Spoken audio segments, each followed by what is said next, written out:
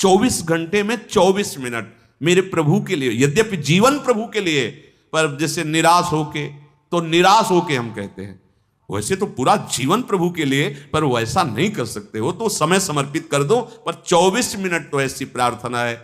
ऐसा कौन सा कार्य तुम्हारा है जो तुम इतने बिजी हो कि 24 मिनट नहीं निकाल सकते प्रभु के लिए?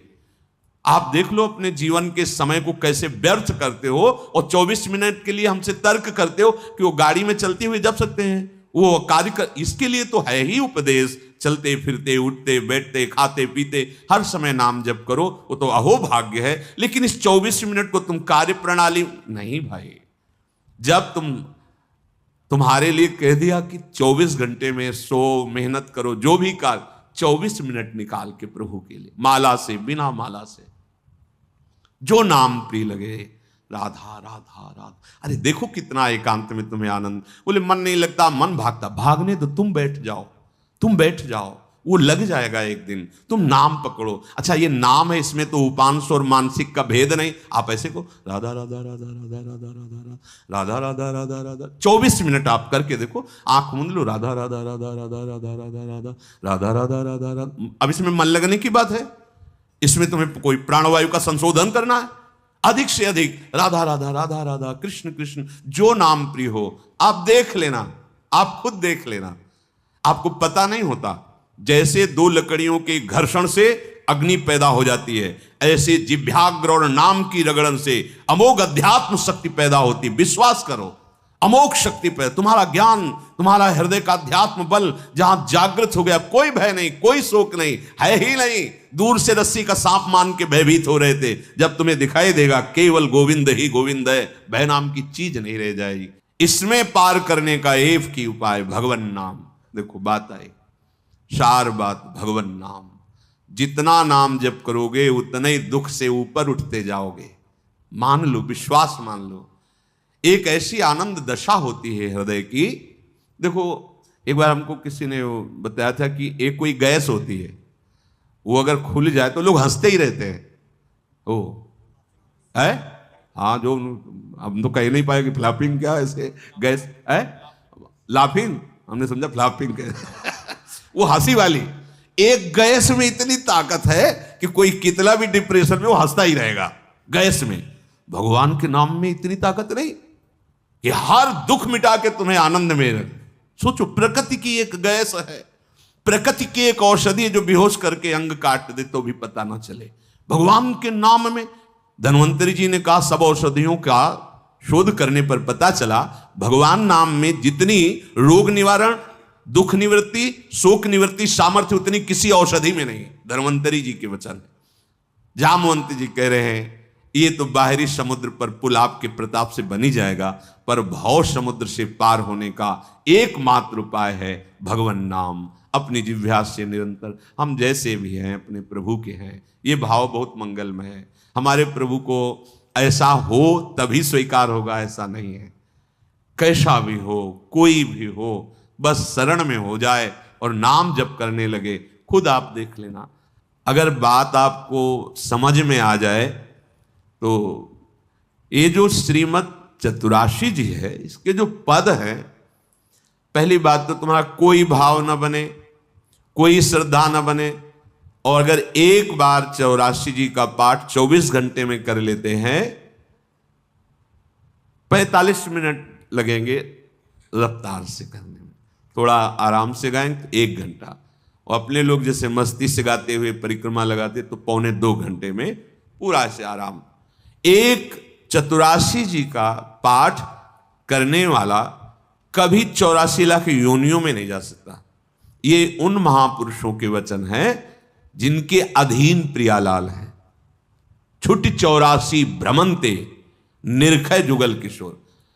कम से कम 84 लाख योनियों के दुख से तो आप मुक्त होना चाहते, नहीं प्रिया प्रीतम को देखना चाहते, नहीं सेवा चाहते, तो दुख से तो निकलना चाहते। वाणी जी अमोघ है, गुरु कृपा से ही बात समझ में आती है।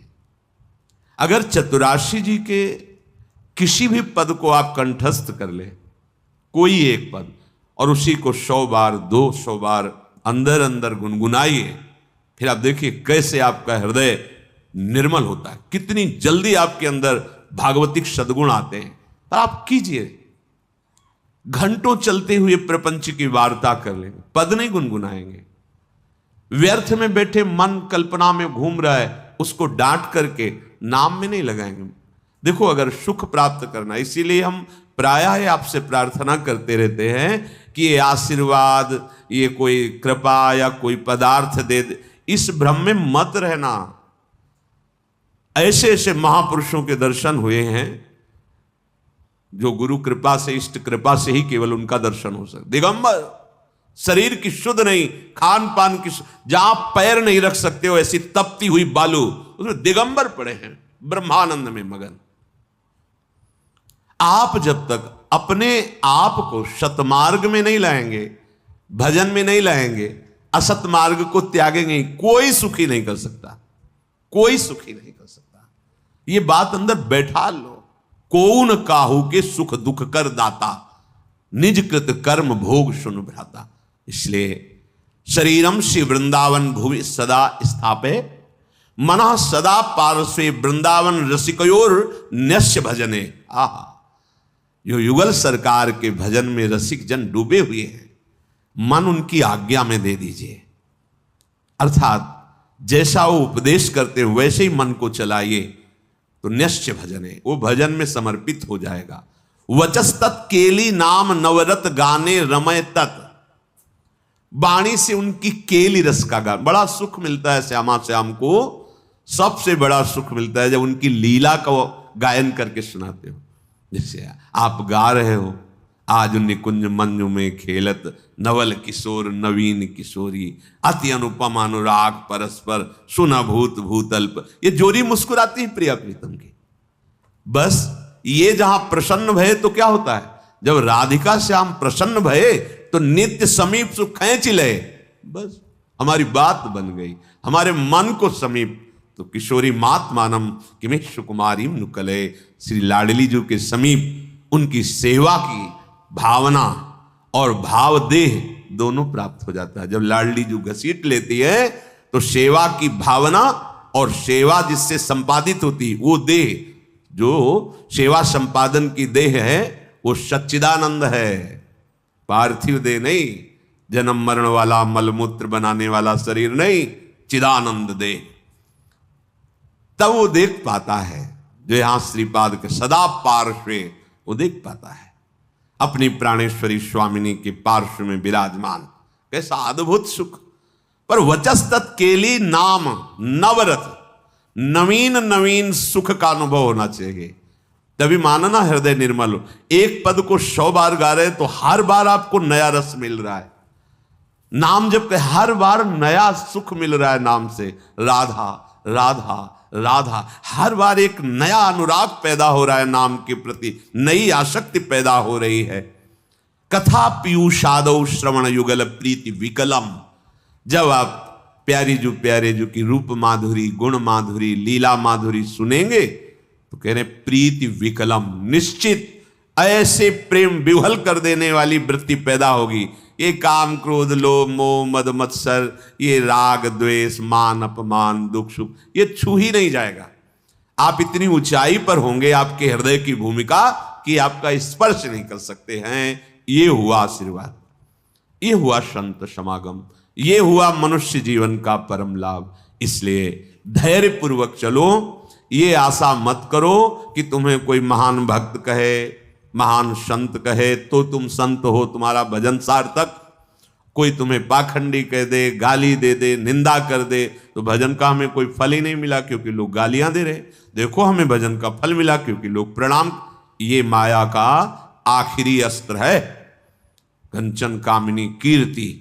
सब रूपों में भगवान इतने रूपों में आके हमें दर्शन दे रहे, दुलार कर रहे हैं, हमें उनके चरणों में प्रणाम करना। मेरे प्रभु इतने रूप धारण करके प्यार कर रहे, भावना अपनी कहीं अहम जनित ना हो जाए कि मैं साधक हूं, मैं भजनानंदी महात्मा हूं, मुझे लोग नमस्कार करते प्रणाम करते, फिर मार्ग आगे का रुक जाएगा। इसलिए कह रहे निरपेक्ष, समस्त निरपेक्ष, एवं नमस्कार प्रणाम, नाना प्रकार की प्रशंसा या कोई आश्चर्यजनक सिद्धियां तुम्हारे अंदर आ रही, सबसे निरपेक्ष रहो, इनका प्रयोग मत करना, तभी तुम श्री जी की सेवा का अधिकार जो सच्चिदानंदमय जीवन है वो तुम्हें प्राप्त हो जाएगा। सहज में आनंद की वर्षा करने वाली। अब ये सहज शब्द से हमारा परिचय नहीं तो लगता है बिना क्रियाओं से क्या हो जाएगा। जैसे कोई कहता है कि क्रियाओं से क्या हो जाएगा, हमने विचार करके देखा है, सत क्रियाओं से बुद्धि पवित्र होती है, असत क्रियाओं से बुद्धि गंदी होती है। गंदी बुद्धि का गंदा निश्चय होता है, पवित्र बुद्धि का दिव्य निश्चय होता है। बस इतना हुआ क्रियाओं से। और बुद्धि का जब परमात्म स्वरूप में निश्चय होता है तो बुद्धि बुद्धि नहीं रह जाती, वो कृष्णाकार हो जाती, भगवदाकार हो जाती। यहीं से परमानंद की अनुभूति प्रारंभ होती है। जो क्रियाओं से बुद्धि को पवित्रता मिलती है वो साधु समागम से एक क्षण में मिल जाती है। विश्वसनीय श्रद्धावान एक क्षण में अपनी बुद्धि को उतना पावन कर लेता है जो बहुत वर्षों तक तीर्थ और सत्क्रियाएं की जाएं तब बुद्धि पवित्र होती, वो साधु समागम से एक क्षण। इसीलिए व्रतानि यज्ञ छंदांस तीर्था नियमा यमा यथा वरुंधेत सत्संगा सर्वसंगोपहो हिमाम। सत्संग के बराबर किसी को नहीं रखा गया। व्रत नियम तीर्थयाटन वेदों का स्वाध्याय दान पुण्य ये सब एक तरफ और साधु समागम एक तरफ। एक क्षण में बुद्धि को इतना पावन कर दे कि वो प्रभु प्यारे लगने लगे, अपने दोष अपने को चुभने लगे, असहनीय हो जाए। ये साधु समागम का ये आशीर्वाद है, ये कृपा है, ये फल है। मांगने की जरूरत नहीं है। आप श्रद्धा विश्वास पूर्वक साधु समागम करें तो ये आपके अंदर आने लगेगा। ये जो हमारे अंदर क्षोभ पैदा होता है किसी भी विषय से, ये अज्ञान से होता है, ये किसी के आशीर्वाद से नहीं मिटेगा। बड़ा आश्चर्य लगता है कि समझते नहीं।